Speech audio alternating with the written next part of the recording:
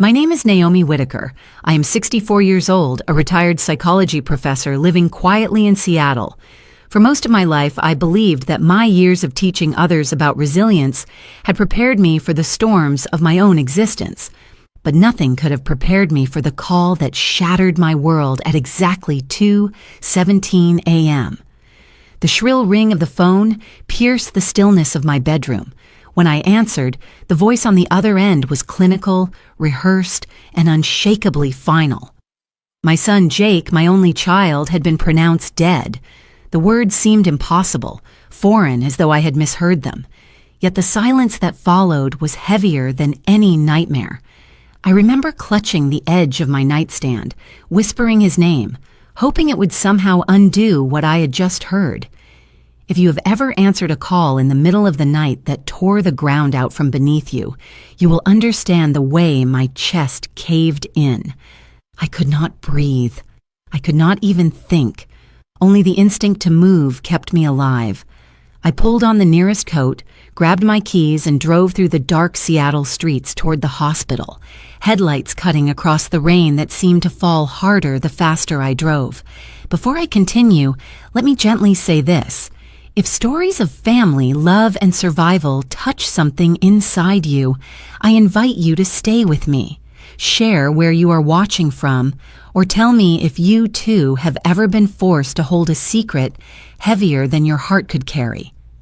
These stories keep us connected, even when the world tries to break us apart. By the time I reached the hospital, dawn was still hours away. The corridor smelled of antiseptic and sorrow. A nurse guided me to a small room with dim lighting. There, behind a closed door, I saw Jake, lying motionless on the bed. My legs nearly gave way beneath me. I pressed my palm against the cold frame, begging for this to be a cruel mistake. But his skin was pale, his chest still, and my son, the boy I once rocked to sleep, the man who grew into a defender of justice, was gone. I wanted to hold him, to scream, to collapse. But instead, my training in composure became a curse. My tears came silently, rolling down my cheeks as though even grief had been instructed to remain dignified. The nurse touched my shoulder, but her words slipped away before they reached me. All I could hear was the echo of the call, repeating over and over, as if it would never let me go. Sienna, Jake's wife, arrived much later than she should have. She swept into the room with her makeup intact, her black coat unwrinkled, her composure so polished it felt rehearsed. She clutched my hand with fingers that trembled just enough to be convincing, and then pressed her forehead against Jake's without a tear staining her skin. To anyone else, she might have looked like the perfect widow. But I noticed what others didn't. The way her eyes darted toward her phone, the way her grip loosened quickly as if the act of touching grief was inconvenient. It wasn't just her lateness that unsettled me. In the hallway outside, as she thought no one was listening, I caught her whisper under her breath. The words were quiet but sharp enough to cut. "We can finish this conversation later." Who was she speaking to? The nurse at the desk hadn't asked her anything. She had not been on the phone. Those words weren't meant for me or for the staff. They were meant for someone else, someone I did not yet know. The ache in my chest deepened when I realized Owen, my 8-year-old grandson, had not been brought with her. My son's child, his only child, had been left at school while his father lay cold in a hospital bed. In that moment, I knew something was broken. Not just the life we had lost, but the bonds that were supposed to hold what remained. I stood at Jake's bedside long after Sienna drifted away to make hushed calls in the corridor. I whispered promises to my son, words only a mother can carry, that I would protect his boy, that I would stay silent when silence was strength, and that I would endure whatever storm his absence would unleash. I had no idea then how deep that silence would need to go, or how much darker the storm would become. The morning of Jake's funeral felt like the sky itself had lowered its head.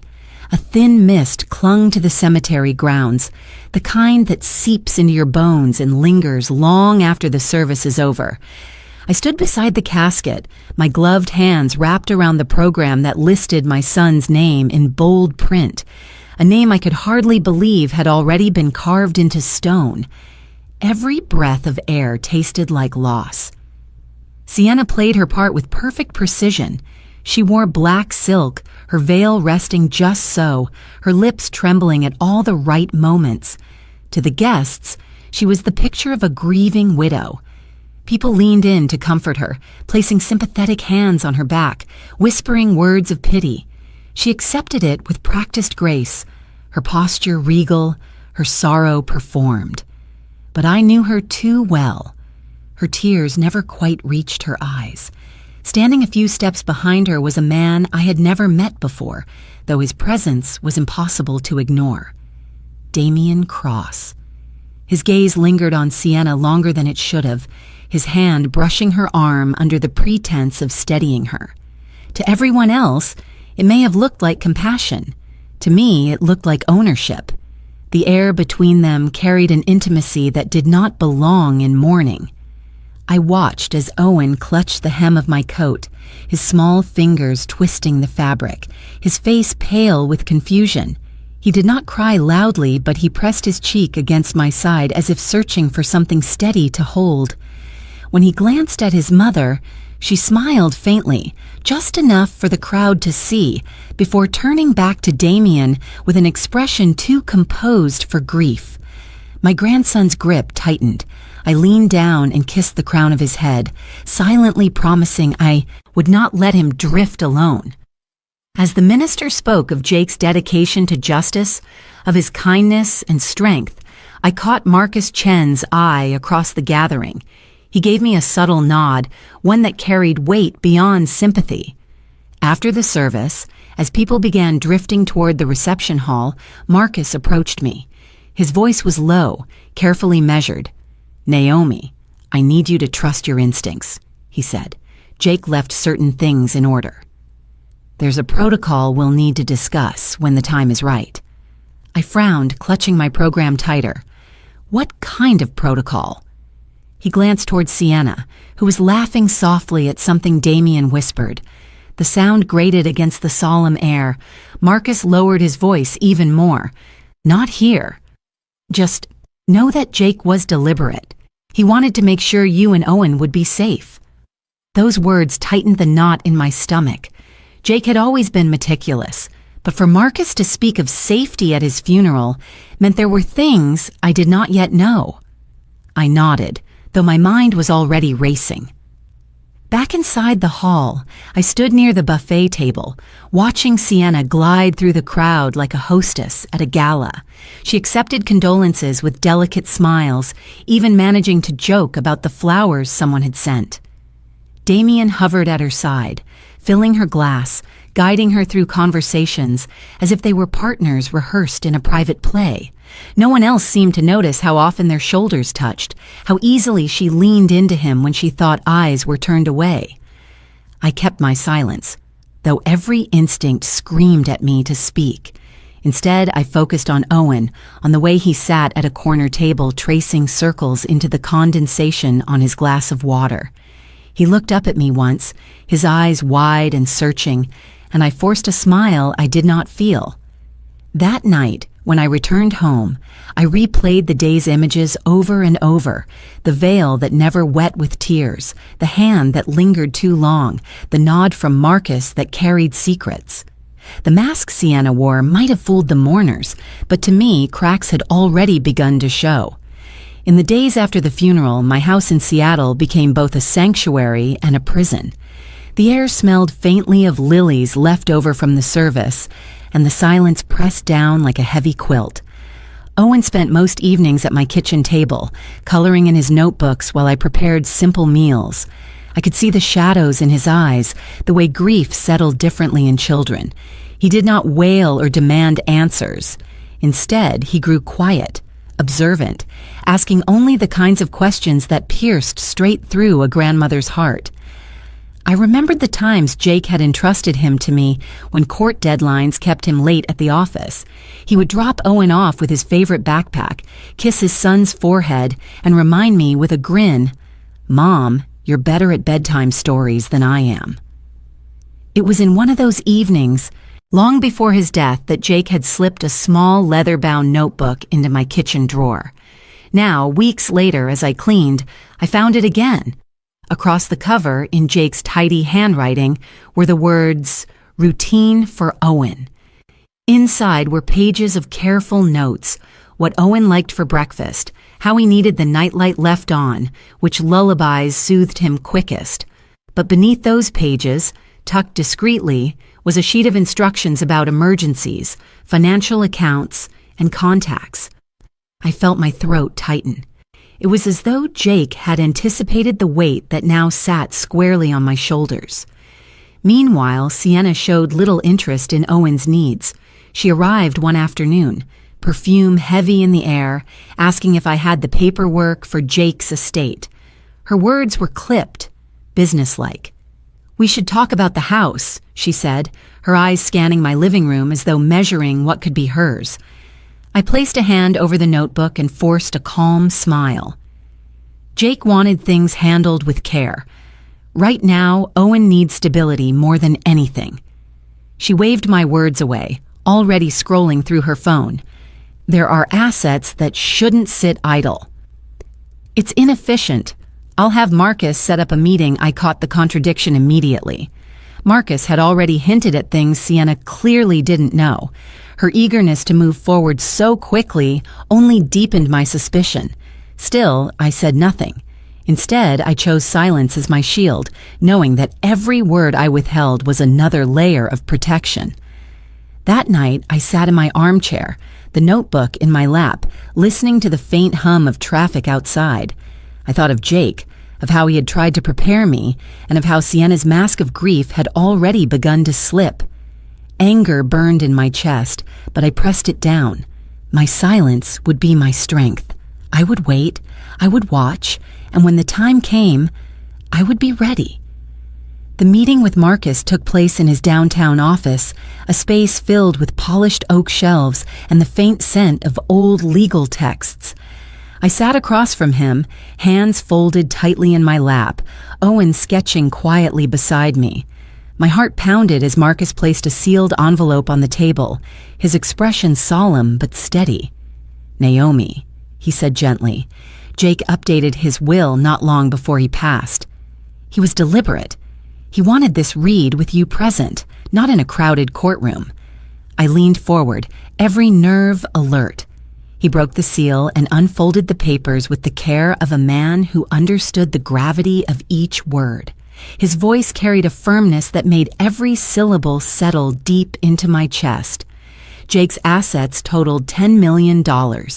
Hearing the figure out loud felt unreal, almost absurd against the backdrop of loss. My son, who had always worn modest suits and driven an aging sedan, had built a fortune through cases, investments, and careful planning. Marcus explained each line. The trust structured for Owen, the safeguards in place until he came of age, and then the part that made my pulse quicken. Naomi Whitaker named as the sole trustee. I gripped the arm of my chair. My son had not left this world without leaving a plan. His faith in me was both comforting and crushing. Sienna arrived late, again. She swept into the room, her heels striking the polished floor like gavel knocks, her perfume arriving before her words. When Marcus read aloud the section that designated her a separate $500,000 insurance policy, independent of the trust, her smile faltered. The mask cracked for just an instant before she caught herself, straightening her back as if her pride could hold her together. This can't be right," she said, her voice sharp with disbelief. "I'm his wife. I should be trustee, not his mother." Marcus's eyes met hers without wavering. Jake made these decisions with clarity. The documents were updated and notarized only weeks ago. There is no ambiguity. Sienna's gaze darted to me, a storm gathering in her eyes. I kept my own expression calm, though my pulse raced. I wanted to shout, to ask her why her grief seemed so thin, why her focus turned so quickly to money. But I remained silent. I let Marcus's words carry the weight, while I stayed the steady presence Jake must have hoped I would be. Owen tugged my sleeve, whispering, "Grandma, does this mean we're safe?"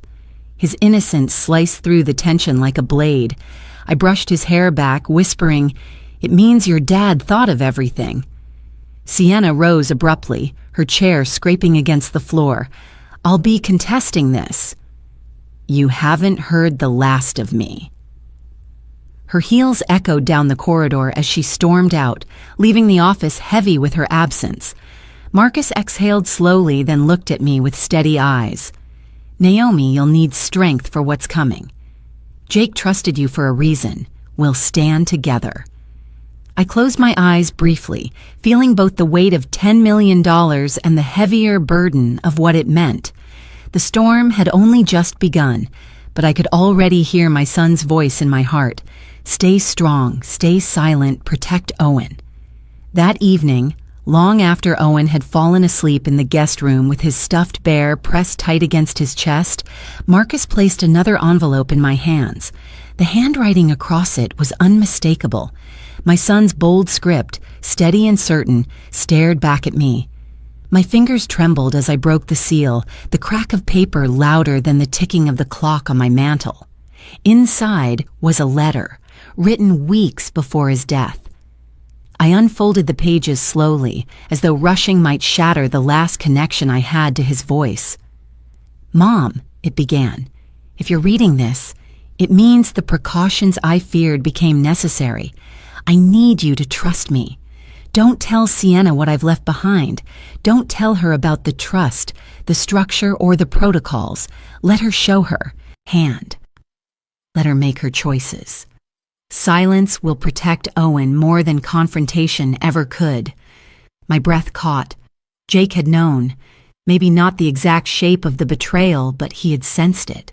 His words carried both sorrow and clarity, like a man who understood the fragility of those he loved and the ruthlessness of those who pretended to love him. He went on, "I've seen signs that Sienna's loyalty isn't with this family. I cannot prove everything, but I've left Marcus with documentation that will guide you if something happens to me. I'm sorry to ask this of you, Mom, but please remember, you've always taught me that patience reveals more truth than anger. Do the same now. Protect Owen. Let silence be your strength." Tears blurred the ink, and I pressed the letter against my heart. My son, even in death, was guiding me. He had trusted me not just as his mother, but as the custodian of his child's future. I read on. "If you ever feel tempted to confront her, remember this. Truth doesn't need shouting. It shows itself in time. And when it does, you'll have the proof. I've given Marcus the emergency protocol. He knows what to do. You don't have to carry this alone." I sat back in my chair, the letter trembling in my hands. The sound of rain pattered softly against the windows, and somewhere in the house the floor creaked, as though Jake's presence had walked through one last time. The weight of his instructions pressed down on me, heavier than grief, heavier than the fortune he had left behind. I wanted to scream, to demand why my son had to shoulder suspicion while alive, why he had to prepare for a betrayal from the woman who should have been his partner. But his words gave me no room for despair. They called me to strength, to strategy, to a silence sharper than any weapon. I folded the letter carefully and placed it back in its envelope. Then I tucked it into the same drawer where Jake had once left the notebook for Owen. I whispered into the stillness, "I will honor this, Jake. I will protect your boy." That night, I lay awake, the rain tapping against the glass, the letter burning like a brand in my mind. Silence was no longer just my grief. It had become my shield, my vow, and my weapon. The morning after reading Jake's letter, I brewed coffee that tasted bitterer than usual. The kitchen smelled of rain-soaked air drifting in from the cracked window, and I caught myself staring at the drawer where the letter now rested. His words echoed in my mind like a refrain. "Don't tell her, let her show her hand." It didn't take long. Sienna arrived unannounced, her heels clicking against my porch as though she owned the place. She didn't bother to knock twice before stepping in, her smile polished, her tone rehearsed. "Naomi," she said, sweeping her gaze around the living room, "I've been thinking. It doesn't make sense for you to stay in this old house all by yourself. Why don't you transfer the deed to me? I can handle the paperwork, and in exchange you'll have no worries. You deserve rest." Her words dripped with false kindness, every sentence shaped like an invitation, but sharpened like a demand. I motioned for her to sit at the dining table, masking the storm that surged inside me. She pulled out her phone, scrolling through a document already drafted. "Look, I've prepared the transfer papers. All we need is your signature. With the market the way it is, I can put a deposit down on a beautiful condo downtown. Owen will have a modern space when he stays with me, and you won't have to worry about upkeep anymore." I studied her carefully. Her story was rehearsed, yet the cracks showed when she spoke too quickly. Her mention of the condo deposit betrayed more than she realized. She wasn't thinking about Owen's comfort. She was thinking about her freedom. I forced my voice into calm curiosity. "That's generous of you to think of me, Sienna. But Jake always loved this house. Don't you think Owen deserves some stability right now?" For just a fraction of a second, her jaw tightened before she recovered her gracious smile. "Stability is exactly why I'm suggesting this. He needs a fresh start, and so do you. Just sign, Naomi. We'll all be better off inside." I wanted to slam my hand against the table, to shout that I saw through her performance. Instead, I remembered Jake's letter, his insistence on silence. So I tilted my head as though genuinely considering. My fingers brushed the corner of my phone hidden beneath a napkin on the table. The recording app was already running. "Perhaps," I murmured, "but I'll need to think it over." Big decisions shouldn't be rushed. She leaned forward, lowering her voice as if confiding in me. "Naomi, don't be stubborn. You'll regret making this harder than it needs to be. I promise you, I'll make sure you're comfortable. You just have to trust me, trust." The word almost made me laugh. Jake had trusted her once, too. And here she was, speaking like a woman eager to erase his memory with the stroke of a pen. I nodded slowly, letting her believe she had planted the seed. But inside, I knew I had just captured something more valuable than her signature on a page. Her words, recorded in her own voice, full of contradictions she could never explain away. As she left, tossing her hair over her shoulder with the confidence of someone who thought the world was already hers, I stood at the doorway watching the rain fall heavier on the street. The recording safely saved, Jake's instructions alive in my mind, I whispered to myself, "You were right, my son." Silence will show her hand. A week after her push to have me sign away the house, I found myself moving through the quiet halls of Jake's home. The scent of his books and cologne still lingered faintly in the air, and I often stopped just to breathe it in. Owen had fallen asleep early that evening, curled up, on the couch with a blanket pulled to his chin. The storm outside rattled the windows, filling the house with the rhythm of Seattle rain. I carried a basket of laundry down the hallway and paused as I noticed a faint light spilling from the study. The door was cracked open. Inside, Sienna sat alone at Jake's desk, the glow of the lamp catching the edge of her veil from the funeral that she had folded neatly beside her. She was staring at their wedding photograph, her shoulders trembling. At first, I thought it was another act, a rehearsed performance for whoever might walk in. But then I heard the sound. Raw, unguarded sobs. Her face twisted, unmasked by the polish she carried in public. She pressed her fingers against the photograph, whispering words I couldn't quite catch, fragments of regret spilling into the air. It startled me, seeing her break that way. For the first time, I glimpsed the possibility that she had loved him once, or at least loved the life he provided. The ambition, the wealth, the image. It had been real enough for her to mourn its loss. Her tears smeared her mascara, dark lines tracing down her cheeks, and for a fleeting moment she looked less like the adversary I braced myself against, and more like a woman undone by her own contradictions. But then, as quickly as it came, it was gone. She straightened, dabbing her eyes with a tissue, smoothing her hair, painting the mask back over her face. She slid the photograph into the desk drawer and adjusted her blouse as if rehearsing for another audience.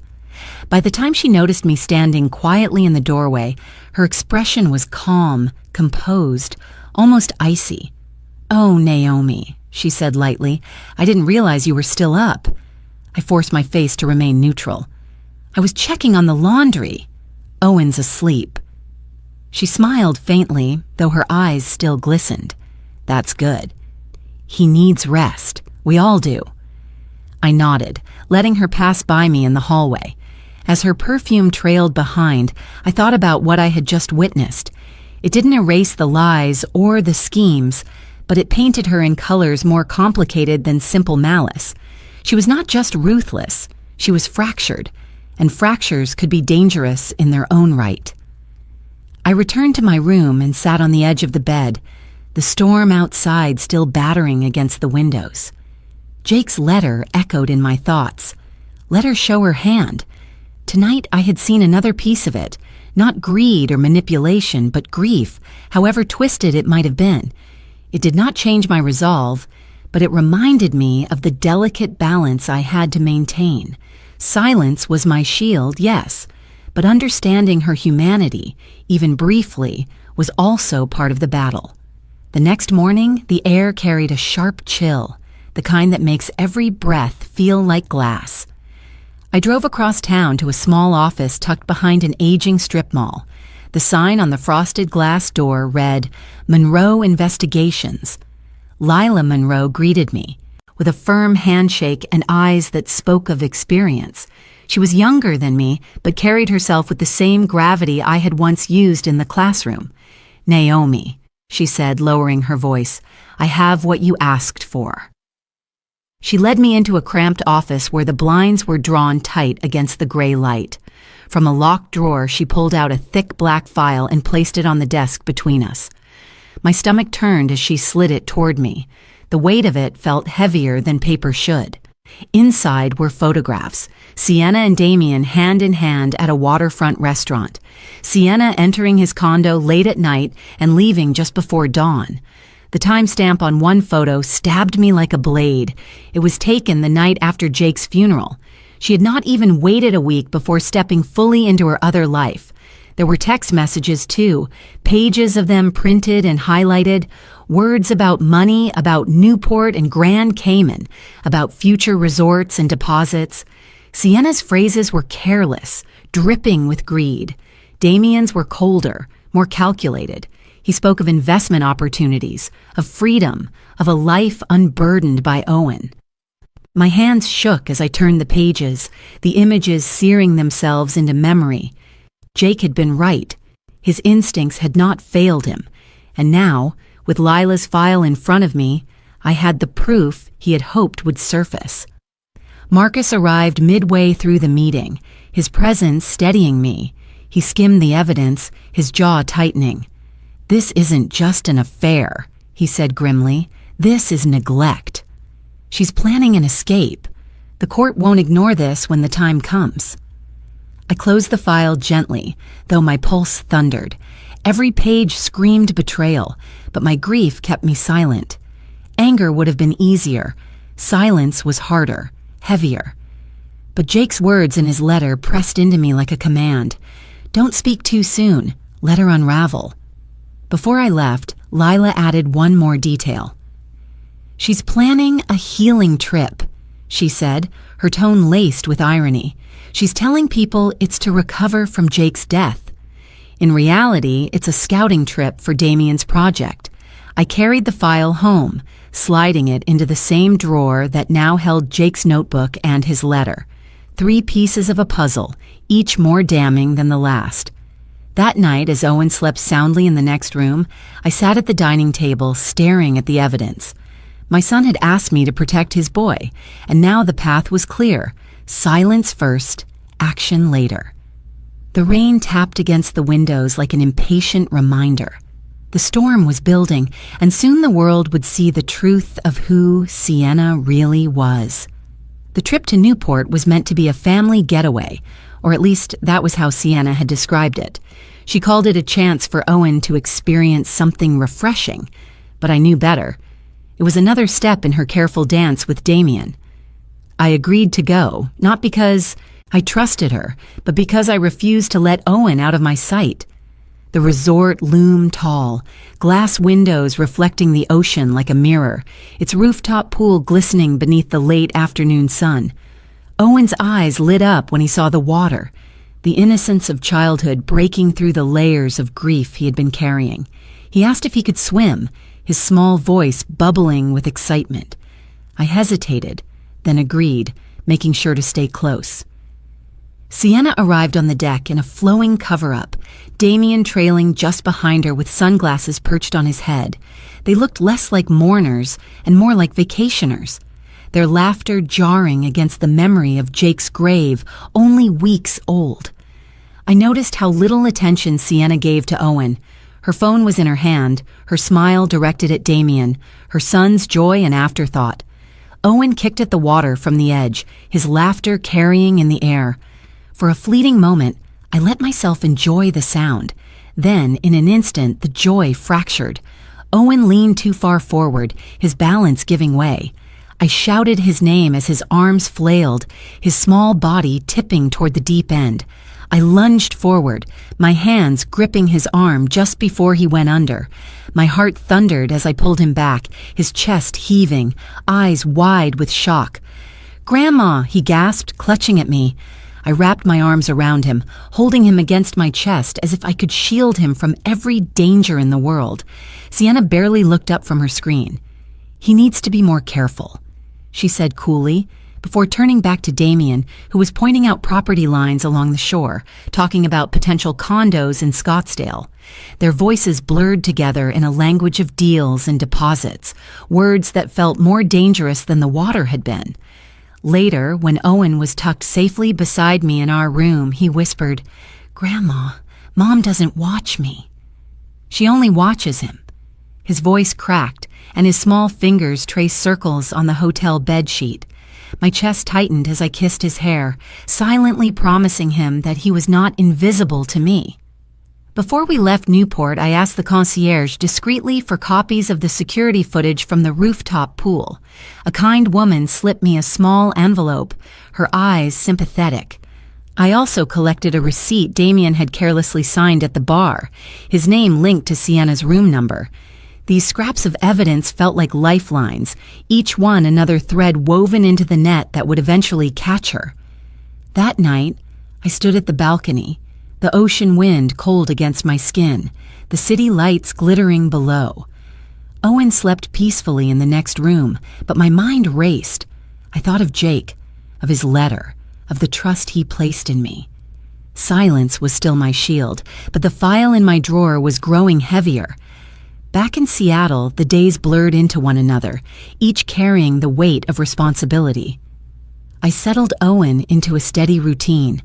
School in the mornings, sessions with Dr. Price twice a week, quiet dinners together in the evenings. He clung to structure the way a child lost at sea clings to driftwood. But outside the walls of my house, the world was stirring. Sienna had begun to stir too, her schemes sharper and more reckless. It started with a call from Mrs. Callahan, my neighbor who lived just across the street. One night she had heard raised voices from Jake's old house, Sienna's sharp tone slicing through the night, Owen's smaller voice barely audible in return. Alarmed, she called me, her words shaking. "Naomi, I don't think he's safe there." "Should I report it?" I told her I would take care of it. But she wasn't the only one who noticed. At school, Ms. Alvarez, the counselor, asked to speak privately with me. She shared her observations. Owen withdrawn in class, his drawings darker, his essays filled with stories of people leaving. "He needs consistency," she said softly. "He talks about you more than his mother." "I'm required to document this." Not long after, Dr. Price echoed similar concerns. He scribbled in his notes during one of Owen's sessions, later telling me gently, "He feels safest with you, Naomi." I'll put that in my report. It matters. The pressure built until one rainy evening, Officer Grant knocked on my door. His uniform was damp, his notebook already open. "We had a call," he explained. "Noise complaint from the Whitaker residence, your daughter-in-law's place. We're obligated to log it. Child Protective Services may review." The words tightened around my chest. CPS. The thought of strangers prying into Owen's already fragile life filled me with dread.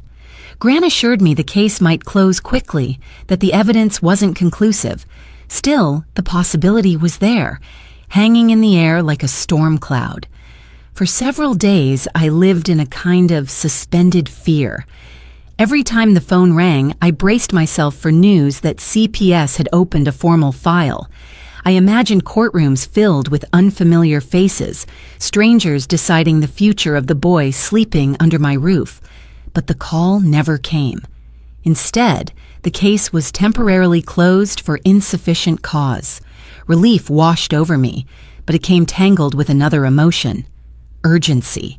The net was tightening, but not enough to hold Sienna accountable. She was still free to maneuver, still free to slip away. I could not force the truth into the open before its time. I had to wait, to let her choices draw the picture more clearly. That night, I sat by the window watching the rain pool against the glass. Owen's laughter floated from the living room where he and Mrs. Callahan played a simple card game. The sound steadied me. This wasn't just about money or inheritance. This was about a child who deserved to feel loved, a child who should never wonder why his mother looked past him. I pressed my hand against the cool pane and whispered into the night, "Not yet, Jake." But soon. It was late afternoon when Sienna showed up at my door, a leather folder tucked under her arm. She didn't ask to come in, she simply stepped across the threshold as if the house already belonged to her. Her perfume filled the air, sharp and deliberate, the kind of scent meant to mask nerves. I guided her into the dining room, where the light fell across the table and revealed the strain around her eyes. She sat down and spread the folder open with a practiced flourish. Inside were neatly typed documents, pages stamped and tabbed, signatures marked with sticky notes. "Naomi," she said in a voice soft enough to sound gentle, firm enough to cut, "it's time we stop dragging this out. Sign these papers and everything will be resolved." I glanced at the top page.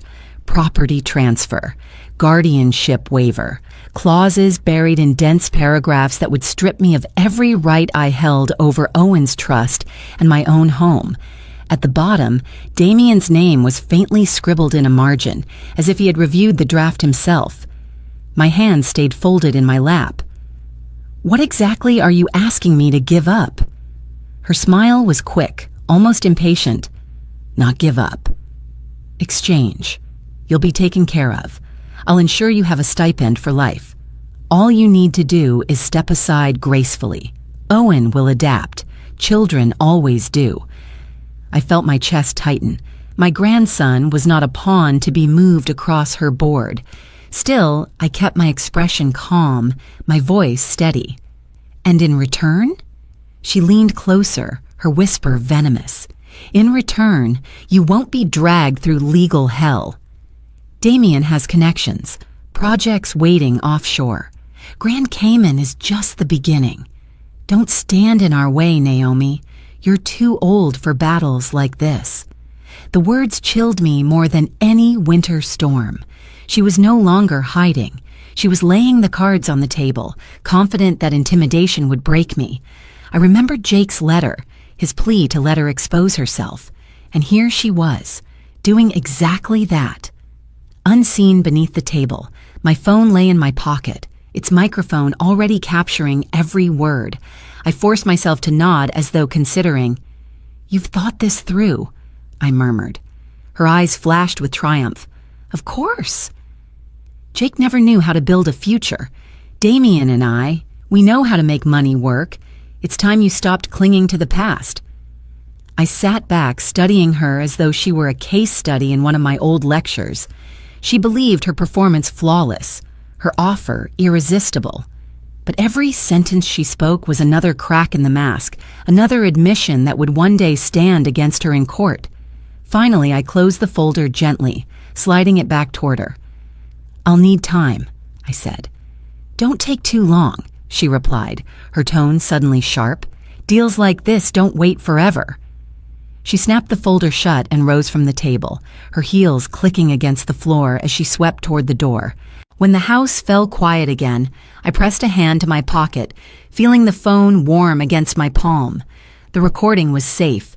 Jake's plan was unfolding, and though the storm grew darker, I knew I was not defenseless.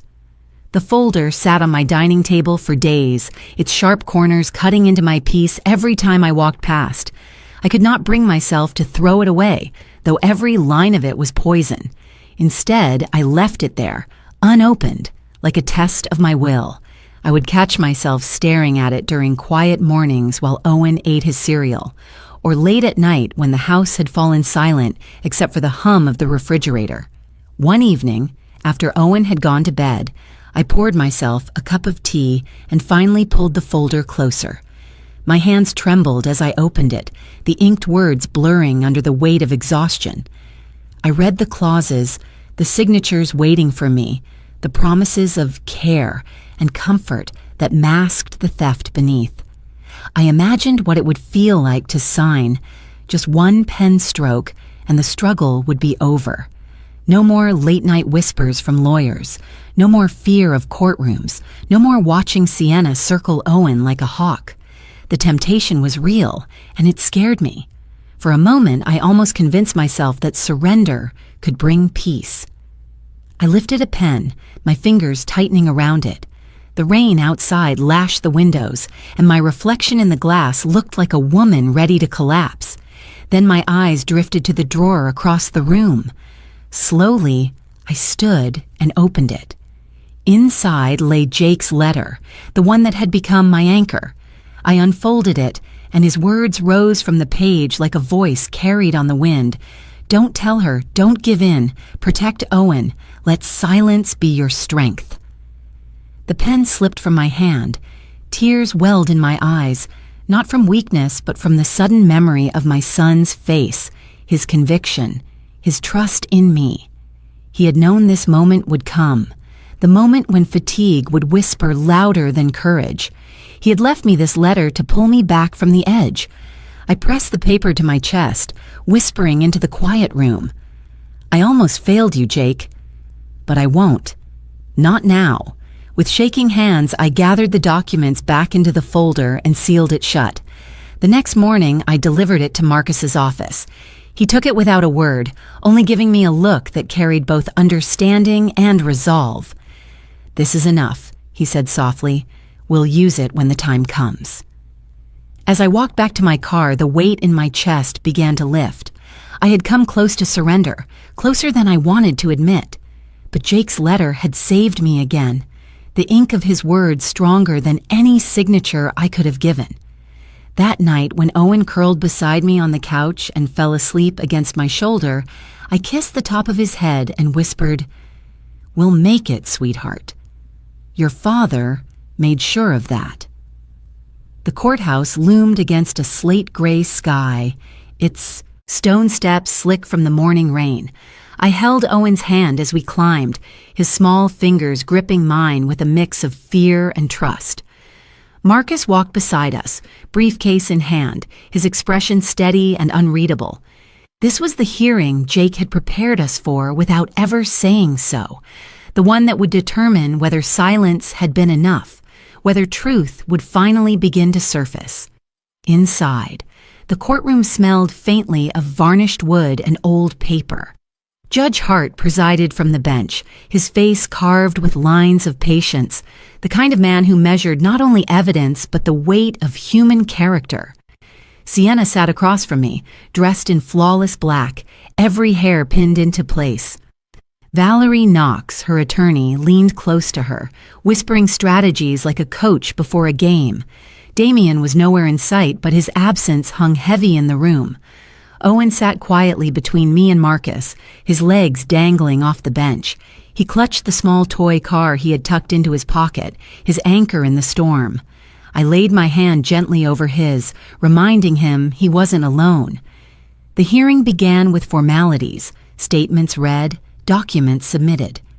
Marcus stood, his voice firm as he presented evidence. The updated will, Jake's trust instructions, and the preliminary observations from Dr. Price and Ms. Alvarez about Owen's well-being. He laid out the pattern of neglect, not with anger but with precision, letting the reports speak for themselves. Valerie rose in response, her tone sharp. She painted Sienna as a grieving widow unfairly maligned, a woman struggling to balance career and motherhood under impossible circumstances. She emphasized Sienna's rights as a mother, her position as Jake's wife, her entitlement to maintain authority. Every word was polished, designed to shield Sienna's image. But then came Miss Flores. She took the stand, her neutral tone steady, her report thorough. She described her supervised visits, how Sienna often prioritized her phone over Owen, how she posed for photographs instead of engaging with him, how his eyes followed her with confusion rather than comfort. She did not embellish. She did not accuse. She simply observed, and her words carried more weight than arguments ever could. I watched Judge Hart's face as he listened. He made no grand gestures, but I saw the shift, the careful filing away of details, the weighing of responsibility. Finally, he spoke. His voice filled the room with quiet authority. Pending further review, custody of Owen Whitaker will remain under the temporary guardianship of his grandmother, Naomi Whitaker. Mrs. Stanton is prohibited from removing the child from the state of Washington without court approval. Visitation will continue under supervision as outlined by Miss Flores. The gavel came down, sharp as a heartbeat. Relief flooded me, though I kept my composure. Beside me, Owen squeezed my hand, whispering, "Does this mean I get to stay with you, Grandma?" I bent close, pressing a kiss to his temple. "Yes, sweetheart. For now, you're safe." Across the aisle, Sienna's composure cracked. She whispered furiously to Valerie, her face taut with fury, but the judge had already left the bench. The storm in her eyes told me the battle was far from over, yet for the first time I felt a current shift in our favor. As we left the courtroom, Marcus murmured, "This was the step Jake wanted. Now she's boxed in. All we have to do is hold steady." Outside, the rain had stopped. The clouds parted just enough for a single ray of sunlight to strike the courthouse steps.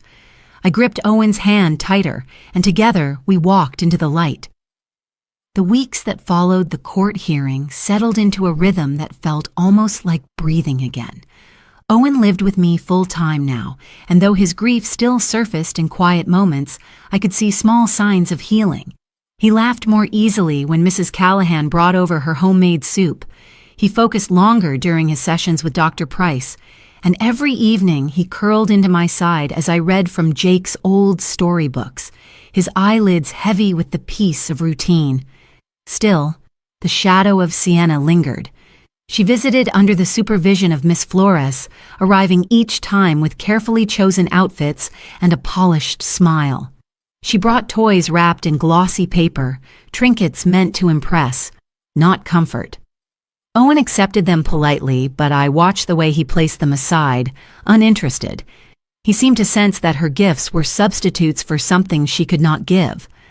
One Saturday afternoon, the three of us sat in the park under Ms. Flores's quiet watch. The air was brisk, the grass damp from the morning rain. Owen kicked at the ground with the toe of his shoe, unusually quiet. Sienna crouched down beside him, her voice sugary. "Look, sweetheart, Mommy got you something special for next time. A new game console. You'll love it." Owen didn't look up. Instead, he turned to me, his eyes wide with a question that carried the weight of years he was too young to bear. His voice trembled as he asked, "Mom, why don't you love me the way Grandma does?" The words hung in the air like a bell tolling across a silent field. Sienna froze, her lips parting but no sound coming out. For the first time, her mask slipped completely, not into rage, not into performance, but into stunned silence. Her son had spoken aloud what I had long feared he felt. Miss Flores's pen scratched quickly across her notepad, her gaze flicking from Owen to Sienna. She did not intervene. She did not need to. The moment spoke for itself. Sienna finally forced a laugh, brittle and hollow. "Oh, darling, of course I love you. Mommy has been so busy, so distracted. But you'll see. Things will be better soon." Owen shook his head, his small shoulders curling inward. He moved closer to me, pressing his cheek against my arm. My heart ached, but I held him steady, wrapping my arm around him without a word. On the drive home, the silence in the car was different, not the silence of grief, but the silence of a truth finally spoken. Owen had given voice to the wound that had been growing in him, and though it broke me, it also steeled me. Jake's letter had asked me to let Sienna show her hand. Today, Owen had shown hers instead, not through evidence or paperwork, but through the absence of a mother's love. That night, after Owen was asleep, I sat at the kitchen table with Dr. Price's latest notes and Miss Flores's report from the visit. The details were simple: observations, facts, quotes. Yet in those pages lay the unvarnished truth. Sienna was losing the one role that mattered most, not because of me, but because of her own choices. I folded the papers, placed them in the drawer beside Jake's letter in the black file, and whispered into the quiet house, "We're closer, Jake. Closer than ever." The confrontation came quietly, not in a courtroom or with an audience, but in my living room on a late winter evening. The rain outside fell in steady sheets, drumming against the roof like a warning. I had just finished setting Owen's schoolwork aside when Sienna arrived, her coat still damp, her hair undone in a way that looked less like carelessness and more like unraveling. She carried no polished mask this time. Her eyes were red, her hands unsteady. She didn't even bother with pleasantries. Instead, she placed a slim folder on the coffee table and collapsed onto the couch across from me. "I can't do this anymore," she whispered, her voice cracking. "Damien's leaving for Cayman next week and he expects me to follow. I thought I could balance it all, but I can't. I can't keep Owen and have the life I want. I'm tired of pretending." I stayed still, watching her. My heart clenched for Owen, but my face remained calm as Jake had taught me. "What are you saying, Sienna?" She met my eyes, and for once there was no performance, no veil. "I'll sign whatever you want." "Custody, guardianship, the trust. You can take it all. Just let me go." The words struck like cold wind, carrying both cruelty and confession. She wasn't giving up for Owen's sake. She was giving up for her own freedom. And still, the significance was immense. This was the moment Jake had told me to wait for, the moment she revealed herself without me saying a word. I reached slowly for the folder. Inside were documents drafted with Valerie's help, stripped now of any pretense of negotiation. Her signature lines were marked, and at the bottom of each page she had already scrawled her name in hurried strokes. I pulled out my phone, its recorder running in my palm, capturing her voice as she repeated the words, "I don't want this life." "You take it. I'm done." The silence that followed was heavier than any argument we had ever had. Sienna sat slumped, her shoulders curved. Inward, her ambition drained into bitterness. She looked less like a rival and more like a woman hollowed out by choices that had consumed her. For a brief moment, I almost pitied her. Almost. But then I remembered Owen's voice in the park. "Why don't you love me the way Grandma does?" The boy asleep upstairs deserved better than pity, wasted on someone who had already chosen herself over him. I gathered the papers, placing them neatly into a folder of my own. My voice was steady as I said, "You'll have no claim left, Sienna. Once this is filed, your part in Owen's life will be only what the court allows." She gave a bitter laugh, half defiant and half broken. Do what you want. Just don't call me when he asks for me. I won't come back."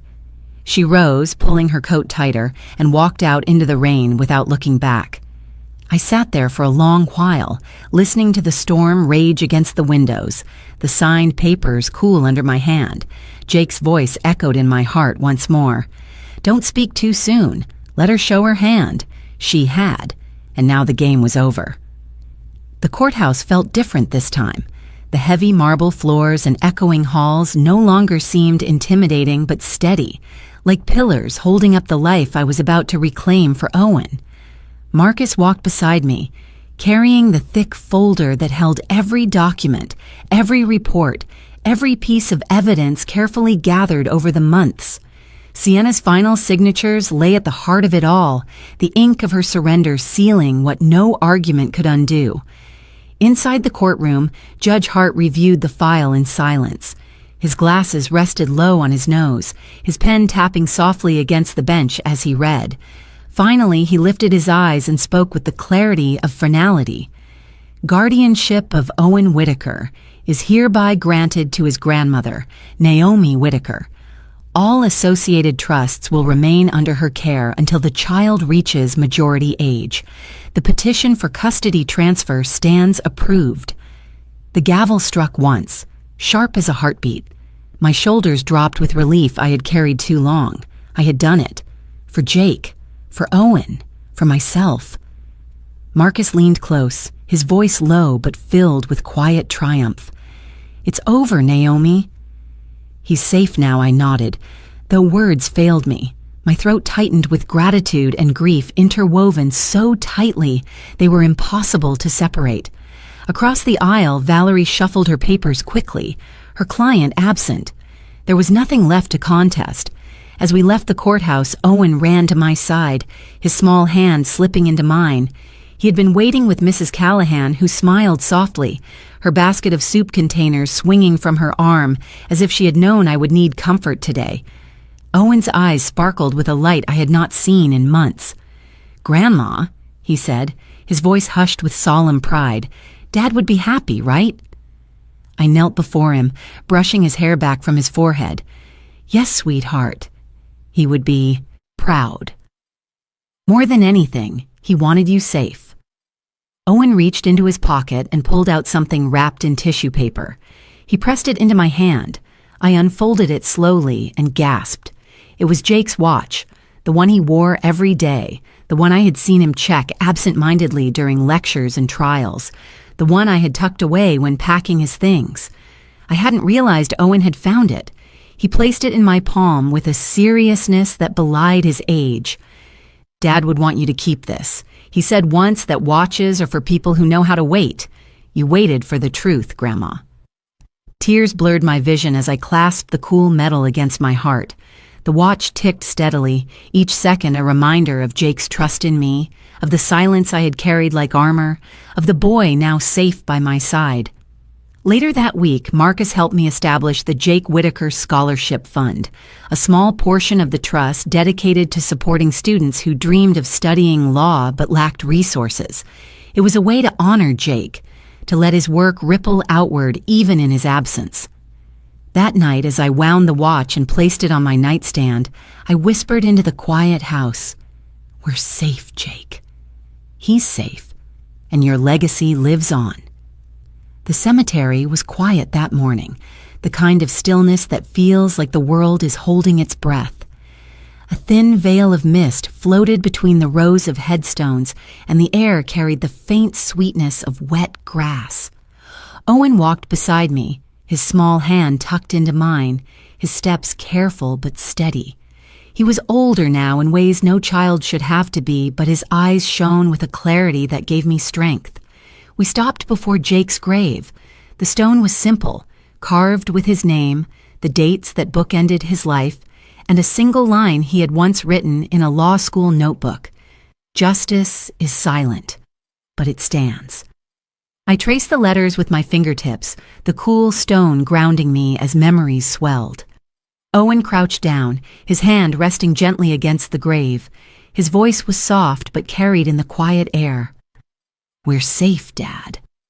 Grandma made sure of it. My breath caught. The words struck deep, not as a child's reassurance, but as a truth spoken from the heart. Tears welled in my eyes, spilling freely this time. I let them fall, no longer holding them back behind composure. I stood there not as the silent shield I had been, but as a mother finally allowing herself to grieve. I knelt beside Owen, wrapping my arm around him as we sat together in the damp grass. "Your father loved you more than anything," I whispered. "Everything he did, everything he left, it was for you." We stayed there a long time, the mist curling around us like a shroud. Birds stirred in the trees, their wings breaking the silence with gentle rustles. For once I didn't feel rushed to move on. Grief and peace shared the same space, woven together in the quiet morning. Before we left, Owen reached into his pocket and pulled out the toy car he always carried. He placed it gently at the base of the stone. "You can keep this, Dad," he said, his voice steady. "I don't need it anymore." I kissed the top of his head, my tears dampening his hair. The gesture was small, but it was a gift of healing, a boy giving something away not out of loss, but out of love. As we walked back toward the car, I glanced over my shoulder one last time. The headstone stood firm against the mist, the toy car bright against the gray stone. My heart ached, but beneath the ache was a quiet strength, the kind that whispered, we had survived, and we would go on. 3 years passed, and with them came a gentler rhythm to our days. Time did not erase the loss, but it softened the edges, carving space for new beginnings. Owen was 11 now, taller, steadier, with a confidence that came not from wealth or gifts, but from knowing he was loved. That spring, he performed in his school play. I sat in the front row, my heart swelling as he delivered his lines with clarity and courage. When the applause filled the auditorium, he scanned the crowd until his eyes found mine. His smile lit up his face, and in that instant, I saw Jake in him, not just in the slope of his jaw or the warmth of his eyes, but in the strength of spirit that ran through our family like a quiet current. At home, the garden bloomed again. The small corner we had dedicated to Jake's memory was full of wildflowers, their colors dancing in the breeze. Owen had helped plant them, insisting that his father deserved a garden that grew brighter every year. On quiet afternoons, he would sit there with his sketchbook, drawing flowers and trees, sometimes even the watch I now wore around my wrist. As for me, I found purpose in teaching again, not in a lecture hall, but in the community center nearby. Once a week, I gathered a group of older neighbors and taught them painting. Some came with trembling hands, some with stories heavy as stone, but together we found release in color and brushstrokes. Healing came in unexpected places, in laughter over crooked lines, in the way art gave them a language for things too heavy for words. Mrs. Callahan still brought her soup, claiming it tasted better shared. She often lingered to watch Owen's drawings or help me prune the roses in the yard. Our home had become more than a refuge. It was a place where community, once fractured, had woven itself back together. The scholarship fund Marcus and I created in Jake's name had already supported its first students. Letters arrived from young people who wrote about dreams of law school, of defending the voiceless. Each envelope felt like Jake's voice echoing forward, a ripple of justice that extended beyond his years. One evening, as the sun dipped low and painted the sky in shades of amber, Owen slipped his hand into mine. He was quiet for a moment before saying, "Grandma, Dad's watch. It ticks louder when I'm near you. Maybe it's his way of telling us he's proud." I looked down at the watch, its steady rhythm pulsing against my wrist, and tears blurred the sunset before me. I pulled him close, pressing a kiss to his hair. "Yes, sweetheart. He is proud. Of you, of us, of everything we've carried through." The wind carried the scent of blooming flowers, and I closed my eyes, letting it fill me. The grief was still there, but it no longer hollowed me. It had become part of the soil from which love grew again. Our true inheritance was not the fortune Jake left, nor the battles we had endured to protect it. Our true legacy was resilience, love that endured through silence, and the healing that came when we chose to hold on, not to bitterness, but to each other. And as the evening deepened, I whispered into the quiet air, "We're safe, Jake. We're safe, and your legacy lives on."